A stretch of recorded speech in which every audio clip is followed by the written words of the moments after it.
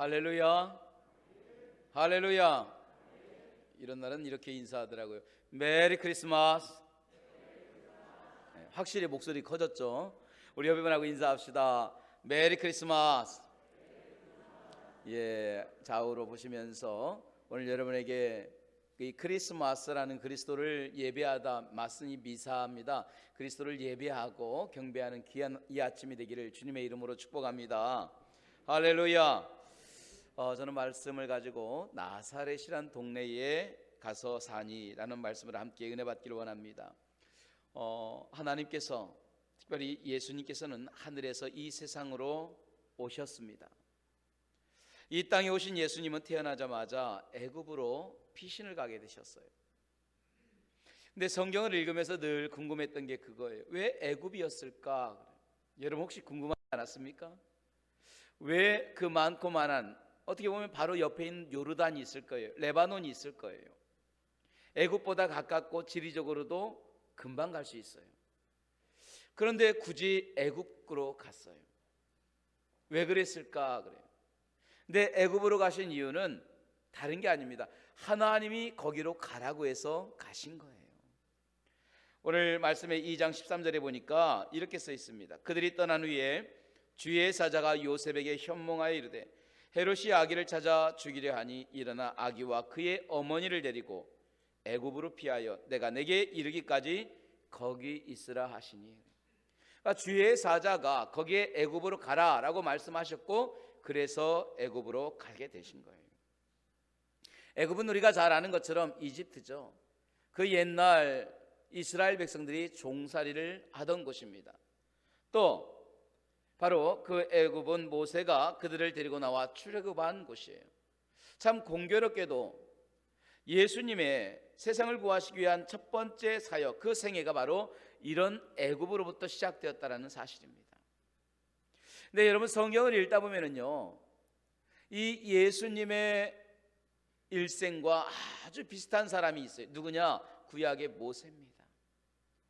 모세를 가만히 보면 참 예수님과 너무너무 비슷하게 그의 삶을 살아갔던 걸 볼 수가 있어요. 몇 가지를 이야기하면 이런 겁니다. 자, 모세도 예수님도 둘 다 요람에서 있지 않았어요. 나중에 보면 모세는 갈대 상자를 통해서 일어나잖아요. 또 예수님도 역시 구유의 누였습니다. 모세가 태어날 때는 바로가 히브리의 남자아이들을 다 죽였던 것처럼 예수님 태어날 때도 역시 헤롯 왕이 2살 이하의 남자아이를 다 죽였던 사건이 일어나잖아요.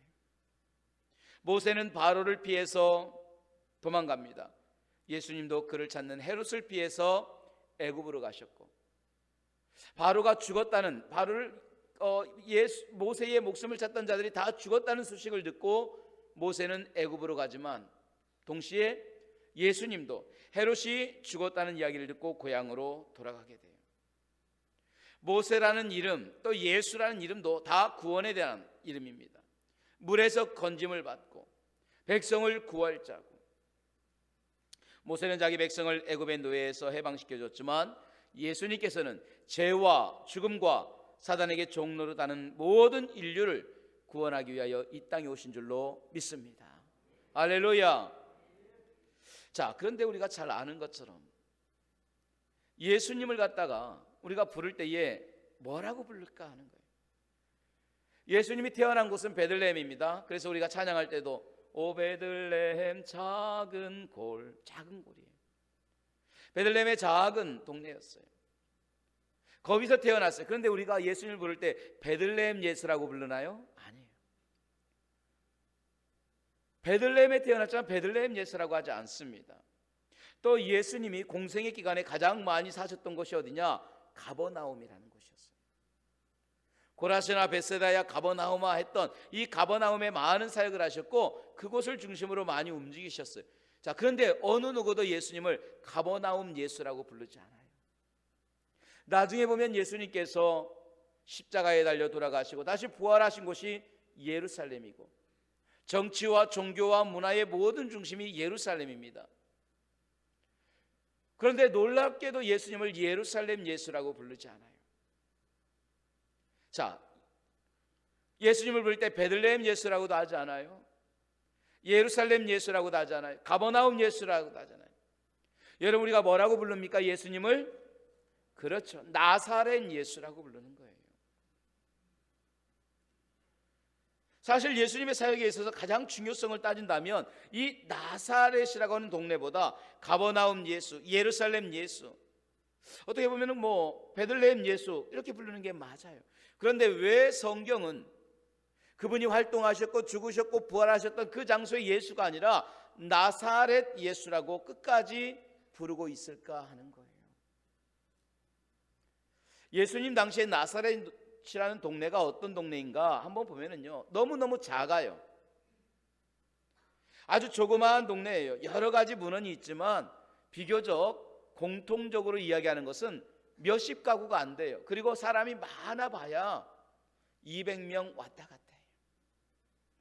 여러분, 얼마나 작았으면 거기서 조금 떨어진 가나라고 하는 곳에 살고 있던 나다나엘이라는 사람이 있어요. 이 가나는 그 당시 한 1만 명 되는 인구였는데 이 나다나엘이 나사렛을 잘 아는 거예요. 그러니까 예수 그리스도의 선지자에 대한 이야기를 할 때에 이 나다나엘이 뭐라고 하느냐, 아니 나사렛에서 무슨 선한 것이 나겠다고 무시를 해버리는 거예요. 아니 나사렛에서 어떻게 선한 것이 나 하면서 함부로 무시했던 사람이 바로 나다나엘이에요. 이 정도로 나사렛은 예루살렘에서 가장 멀고 먼 곳이고 변방이고 사람들에게 무시를 받는 땅이었어요. 어떻게 보면 정치와 경제와 문화와 이 모든 걸 중심 있던 거기서부터 가장 떨어진 곳 변방, 심지어 같은 동족으로부터는 이방인 취급을 받은 거예요. 이방인의 땅으로 취급받은 거예요. 같이 동네에 살면서 이방인 취급을 받고, 아니 어떻게 거기도 사람이 살아? 여러분, 서울에 있던 사람들이 포항에 저 구룡포 한쪽에 있는 곳을 보면서 아니 여기도 어떻게 사람이 살아? 그러면 어때요? 기분이 어떻겠어요? 안 좋을 거예요. 거기도 어떻게 사람이 살아? 그럼 기분이 안 좋은 거예요. 나사렛이 그런 곳이에요. 변방인 거예요. 무시하는 거예요. 그래 얼마나 상처를 입고 얼마나 마음이 아팠겠습니까? 자, 그런데 예수님께서 이런 광야와 같이 버려진 땅 나사렛에서 사셨어요. 자, 그러면 궁금한 건 이겁니다. 왜 예수님은 끝까지 거기서 사셨을까? 그리고 왜 나사렛 예수라는 이름을 끝까지 가지고 가셨을까 하는 거예요. 이 나사렛이라고 하는 것은, 자, 예수님은 생각해 보면 얼마든지 예루살렘에 살 수도 있어요. 또 생각해 보면 얼마든지 거룩한 도심에서 생활할 수도 있고 거기에서 많은 사람들을 만날 수도 있고 활동할 수 있어요. 그런데 그렇게 하지 않았어요. 그럼에도 불구하고 예수님은 마지막까지 갈릴리 나사렛 예수라고 하는 이름을 가지고 사신 거예요. 과연 나사렛이 어떤 곳일까? 자, 이 나사렛이라는 말은 네체르라는 말인데요, 의미가 있어요. 그 의미가 뭐냐? 가지라는 뜻이 있어요. 여러분, 우리가 여기 지금 꽃이 있잖아요. 이 강단에 꽃을 냈는데 이 뒤에 있는 나무가 가지를 뻗어나가죠. 이 가지란 뜻이에요. 또 한 가지의 의미는 뭐냐? 숨기다라는 뜻이 있어요. 이 두 가지의 의미가 있는데 오늘 예수님의 일생을 보면 가지라고 하는 것보다는 숨기다라는 뜻이 많이 있는 것 같아요. 그러니까 이 나사렛이라는 동네 자체 이름이 바로 숨겨진 땅, 숨겨진 곳, 드러나지 않은 곳이라고 하는 그런 의미가 있는 거예요. 그러니까 사실상 예수님은 이런 나사렛에서 30년을 살았어요. 근데 우리가 한번 생각해 보면 예수님이 30년 동안 어떻게 사셨는지, 뭘 하면서 살았는지 아무도 몰라요. 그저 추측합니다. 아버지가 목수니까 같이 일을 했을 겁니다 라고 추측했을 뿐이지 예수님의 그 모든 행동을 우리는 알 수가 없다라는 거예요. 철저하게 숨겨졌어요. 어떻게 보면 30년 동안 자신의 세상에 드러내지 아니하고 또 메시아로서의 비밀을 홀로 가져간 채 숨어서 사셨던 거예요. 그러다가 이제 하나님의 때에 세상에 나오시게 된 거예요. 예수님은 30년 동안 철저하게 자기 자신을 드러내지 않았던 거예요. 저는 이 말씀을 읽으면서 참 은혜가 됐습니다. 과연 나는 나를 드러내지 않고 그 많은 세월을 살아갈 수 있을까? 저 자신에게 한번 물어봤어요. 여러분 보세요. 사람들은 어떻습니까? 드러내기를 원해요. 누구라도 자신을 드러내기를 원하고 알아주기를 원합니다. 주연을 하기를 원하지 조연을 하기를 원하는 사람은 많지 않을 거예요. 목사가 되면 나는 평생 부목사님으로 그림자로 정말 담임 목사님을 섬기며 나는 살 거야 하는 사람들도 간혹 있겠지만, 모든 목회자들은 담임 목사가 되는 것이 당연한 순서인 줄 알고 그런 마음을 가지고 살 거예요. 이처럼 사람들도 주연이 되고 싶어해요.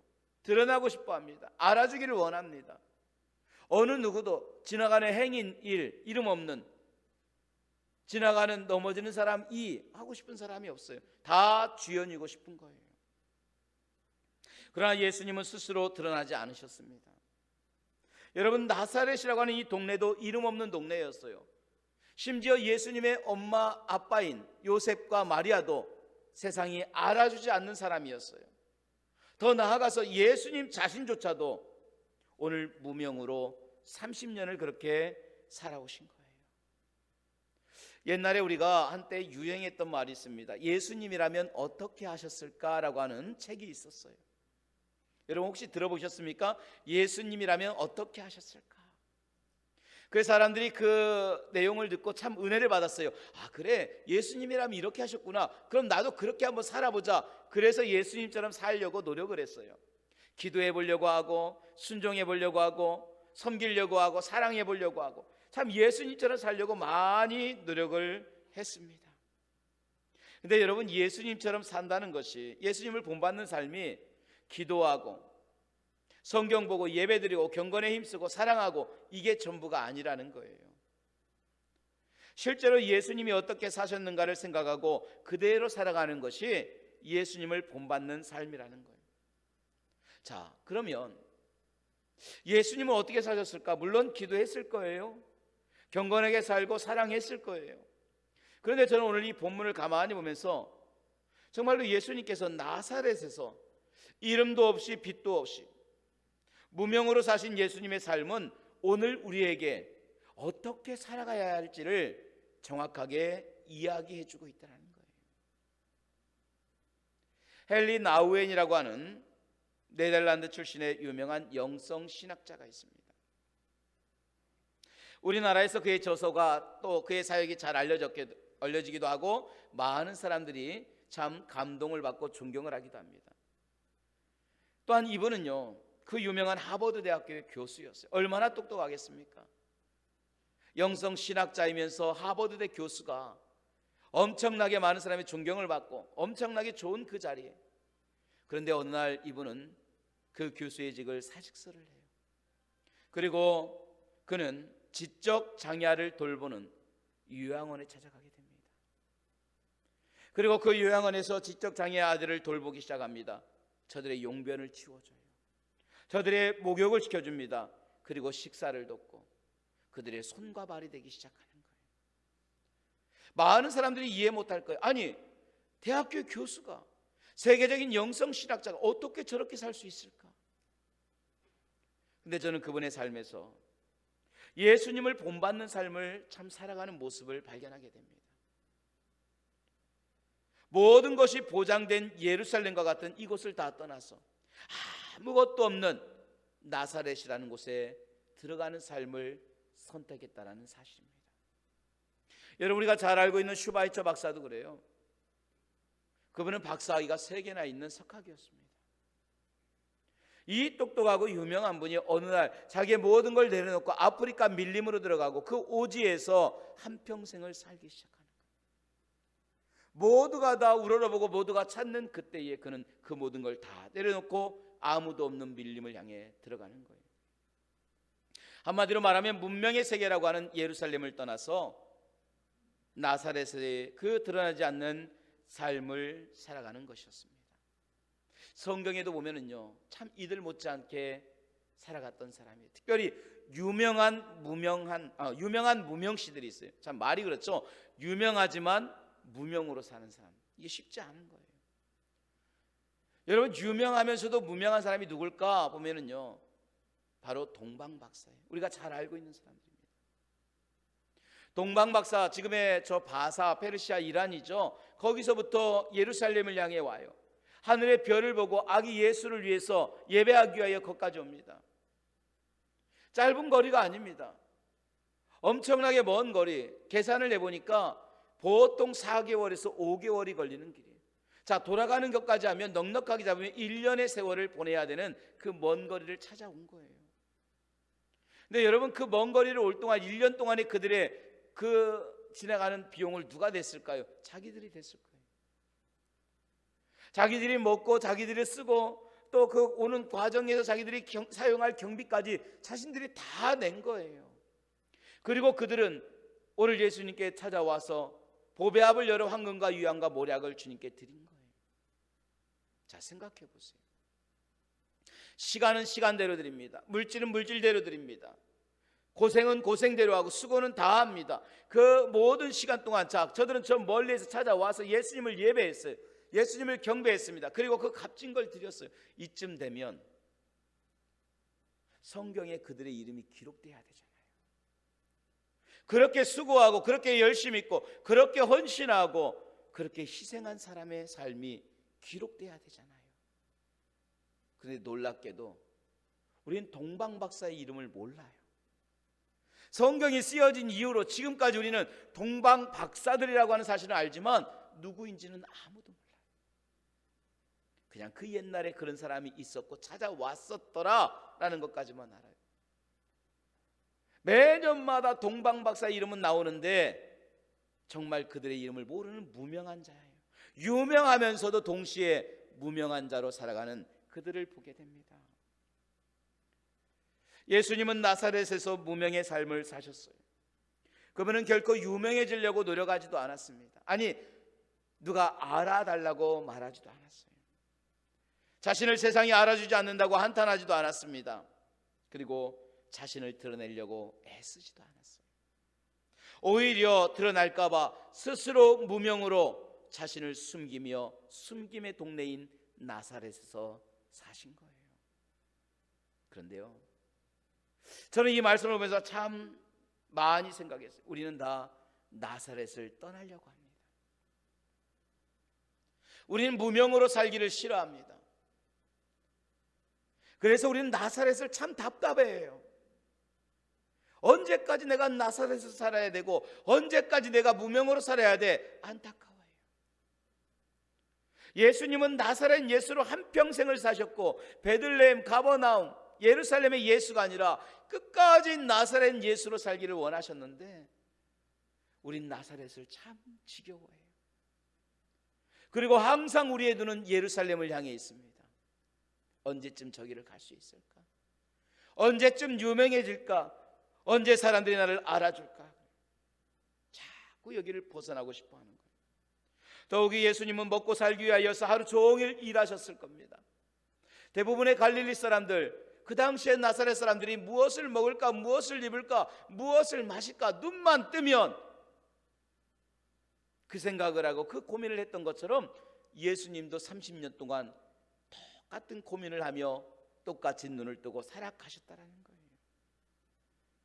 예수님이 예루살렘의 제사장의 가문에 태어났다면 이런 고민을 하지 않았을 겁니다. 그러나 하나님께서는 예수님으로 이 땅에 살아갈 때에 목수의 아들로 살게 하셨고 또한 그것이 하나님의 뜻이었음을 우리는 알 수 있습니다. 그래서 놀랍게도 가장 처음 복음이 증거된 것은 여러분 예루살렘이 아닌 갈릴리 시골이었어요. 하나님의 나라가 시작된 것은 예루살렘이 아니라 갈릴리 바다였습니다. 이 하나님의 나라를 위하여 오늘 부름받고 선택된 사람은 저 예루살렘의 뛰어난 석학들이 아니라 무명으로 살던 갈릴리 나사렛에 있는 부족한 어부들이었음을 기억할 수 있기를 간절히 소망합니다. 평범한 사람들을 통해 하나님은 역사하신 거예요. 그런데 우리는 평범한 것의 가치를 인정하지 않습니다. 평범한 것은 별거라고 생각합니다. 그리고 실패한 것처럼 여깁니다. 평범하게 사는 삶을 지루해 합니다. 왜 그런지 아십니까? 우리가 듣는 대부분의 사람들의 이야기가 성공한 사람들의 이야기이기 때문에 그래요. 그리고 항상 비춰지는 사람들이 성공한 사람들의 모습입니다. 목회인 저도 마찬가지. 평범한 목회를 시시하게 여깁니다. 성공을 해야 되는데, 잘 돼야 되는데, 그래 사람들에게 이름이 날려야 되고 많은 사람들이 알아줘야 되는데 조급함을 갖기 시작해요.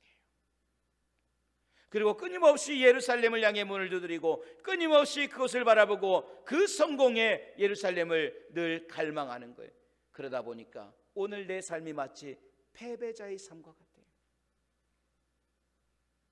평범한 게 어쩌면 가장 좋은 것인데, 평범한 것이 가장 대단한 것인데, 오늘 우리는 비범한 사람이 되지 못하고 성공하지 못한 것에 대한 안타까움과 패배의식을 갖고 있더라는 거예요. 예수님이라면 어떻게 하셨을까?